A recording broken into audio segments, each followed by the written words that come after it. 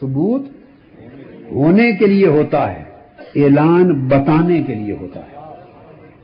تو ثبوت نبوت کا تو حضرت آدم کی تخلیق سے بھی قبل تھا۔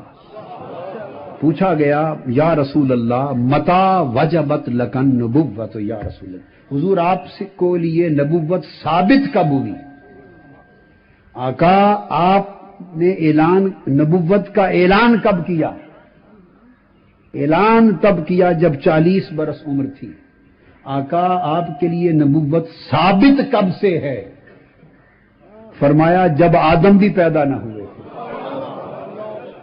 تو کسی چیز کا ثبوت اور چیز ہے، اس کا اظہار و اعلان اور چیز ہے۔ اگر کسی کو کتابوں میں اظہار نہ ملے تو ثبوت کا انکار نہ ہو، کسی کو اظہار نہ ملے تو ثبوت کا انکار نہیں ہو سکتا۔ یہ ایک بات کہی میں نے۔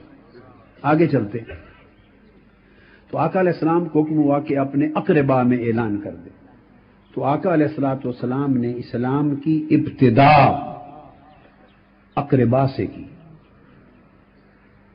اسلام کی ابتدا۔ تو جب ابتدا کی بات تھی تب بھی اقربا کام آئے۔ جب ابتدا تھی، بولیے جب ابتدا تھی تو حکم آیا تب بھی اقربا تھے، اور جب اسی اسلام کی بقا کی بات آئی تو تب بھی اقربا تھے۔ سو اس ابتدا کی بات کریں گے اور 10 قرائن دوں گا۔ جب 10 کا عدد ہو جائے گا نا، 10 کا عشرہ ہو جائے گا تو پھر عشرے کے دن کو پہنچ جائیں گے، پھر بقا کی بات کر لیں گے تھوڑی سی اختتام پر۔ جب عشرہ تل کا عشرۃ کاملہ، جب 10 پورے ہو جائیں گے قرائن اور یوم، تو پھر جب 10ویں قرینے پر پہنچیں گے تو پھر تھوڑی بقا کی بات کر لیں گے، تاکہ دل اور دماغ بھی روشن ہو جائیں اور آنکھیں بھی بھیگ جائیں۔ اس حدیث پاک جس کا میں نے ذکر کیا کہ جب آیت اتری کہ اپنے اقربا کو یہ پیغام پہنچا دیں، پیغام توحید، حضور صلی اللہ علیہ وآلہ وسلم نے کوہ صفا پر سب کو اکٹھا کیا۔ اس میں غیر لوگ نہیں تھے، صرف سرداران قریش تھے، خاندان کے لوگ تھے قریش، اور اکٹھا کر کے معروف حدیث ہے، معروف واقعہ ہے، اس کو نہیں دہراتا۔ اہل سنت کی کتب حدیث و سیر میں بھی ہے اور اہل تشیع کے ہاں بھی ہے۔ وہ کوہ صفا پہ بلانا، دعوت توحید دینا، پہاڑ کے پیچھے سے ایک فوج کا لشکر کا ذکر کرنا، آپ سنا ہوا ہے کہ ان کا کہنا کہ مان لیں گے، بن دیکھے مان لیں گے، تو بن دیکھے اپنی صداقت پر ان کا اقرار کروا کے اپنی صداقت کے تصدق سے اللہ کو منوانا، یہ ایک واقعہ ہے۔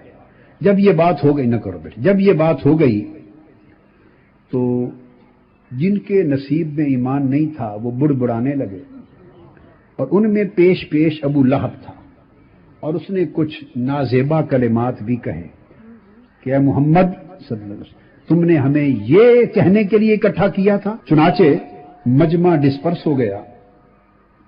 اب اس آیت کے شان نزول میں جو بات بتانا چاہتا ہوں، ڈسپرس ہو گیا تو آقا علیہ الصلوۃ والسلام گھر آئے تو مولا علی المرتضیٰ جب بعثت ہوئی، اعلان نبوت ہوا، حضرت مولا علی کی عمر کیا تھی؟ کسی نے 9 سال کہا روایتوں میں، کسی نے 10 کہا، کسی نے 12، کسی نے 14، بس یہ روایتیں ہیں۔ مقصد یہ کہ بالکل نوجوانی کی عمر تھی، بالکل نوجوانی کی عمر تھی، نو عمری تھی۔ یہ بات خاص نقطے والی ہے، نو عمری تھی۔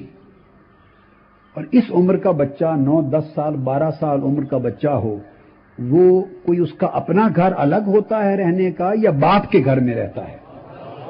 میں تو بڑی سادہ بات کروں گا جس پر دوسری بات کی گنجائش نہ ہو، کہاں رہتا ہے؟ اگر آپ کے بچے بھی 9، 10 سال کی عمر میں الگ کرائے کا مکان لے کے رہتے ہیں تو کہہ لیں کہ مولا علی کسی الگ مکان میں رہتے تھے۔ اگر اس عمر کا بچہ باپ ہی کے گھر رہتا ہے تو پھر اتنی بات کو ذرا ذہن میں محفوظ کر لیں۔ آپ نے حضرت علی کو بلایا وہ ابھی علی ہیں، وہ مولا غدیر میں بنے مگر وہ بھی وہی بات جو میں نے کہی، وہ مولائیت کا اعلان ہے. جن کو ولایت ملنی ہے وہ مل تو پہلے چکی ہوتی. آپ نے بلایا، فرمایا علی اپنے گھر. اب یہ جو کل بلائے تھے ہم نے کوہ صفا پر، سارے قریشی سردار اور بڑے بڑے پگوں والے گھروں والے سردار، ان کو پھر اپنے گھر بلا اور اچھا کھانا پکا اور ان کی دعوت کر، تاکہ گھر میں آ کے پھر میں بیٹھ کر ان پر محنت کروں اور دعوت توحید دوں. امام ابن جریر طبری روایت کرتے ہیں. اب میں پہلے حوالے دے لوں آپ کو تاکہ پتہ چل جائے کہ یہ کوئی یوں ہی چلتے چلتے کسی مورخ نے کہہ دی ہے کہ بڑی ثقہ، ٹھوس اور محقق بات ہے. حوالے سن لیں. امام ابن جریر طبری، امام بیہقی، حوالے سب اس لیے میں بتا رہا ہوں آپ کو کہ اگر یہ بات آپ نے کہی، اگر اہل تشیع اور ملت جعفریہ کی کتب حدیث اور کتب سیر کے حوالے دیے تو وہ اس بات پر اس کا معنی کچھ اور ہوگا، اور اگر اہل سنت کی کتب حدیث اور کتب سیر کی اپنی کتب حدیث اور سیر کے حوالے دوں تو معنی اور ہوگا. سو میں اہل سنت کی کتب حدیث اور کتب سیر ہی کو لے رہا ہوں. تو امام بیہقی عظیم محدث ہیں، انہوں نے روایت کیا. امام ابن جریر طبری نے روایت کیا. امام ابن اسیر نے روایت کیا. امام ابن کثیر نے روایت کیا. امام ابن عساکر نے روایت کیا. المقریزی نے روایت کیا.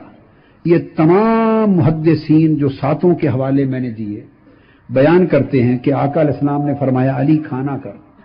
تو چنانچہ مولا علی المرتضیٰ نے اپنے گھر ان سارے سرداران قریش کو بلا کے حضور کی دعوت توحید کی اشاعت کے لیے دسترخوان بچھایا، کھانا پکایا اور آقا کو بلایا اور پہلا جلسہ رچایا.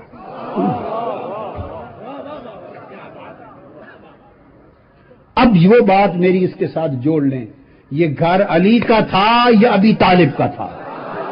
یہ بولیے علامہ موسوی صاحب،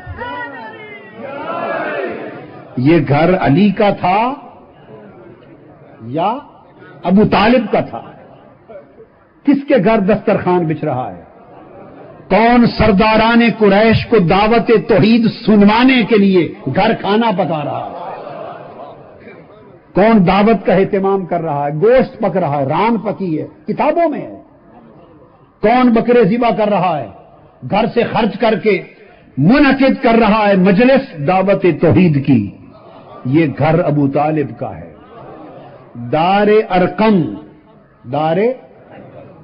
حضرت ارقم کا گھر دعوت توحید اور دعوت اسلام کا مرکز جو چھپے چھپے تبلیغ ہوتی تھی 3 سال تک، وہ مرکز توحید بعد میں بنا ہے. سب سے پہلا جو گھر مرکز دعوت توحید بنا وہ دار ابی طالب ہے.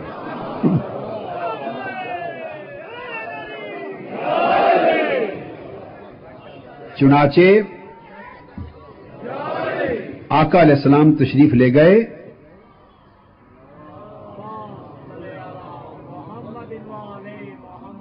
بکری کی رانیں بھونی، پانی دودھ کے کٹورے رکھے، اہتمام سے کھانا بنایا اور سرداران قریش کو بٹھایا اور آقا علیہ السلام کو بلا کے انہوں نے کہا کہ میرے حبیب اب آپ بیان فرمائیں. تو حضور صلی اللہ علیہ وآلہ وسلم نے اس گھر میں سب سے پہلے پہلا جلسہ کوہ صفا پر اور دوسری مجلس اور نشست دعوت توحید کی دار ابی طالب میں. اور پھر آقا علیہ السلام نے پھر پورا خطاب کیا. اور یہ آرگنائزر میزبان کون تھے؟ حضرت ابو طالب تھے.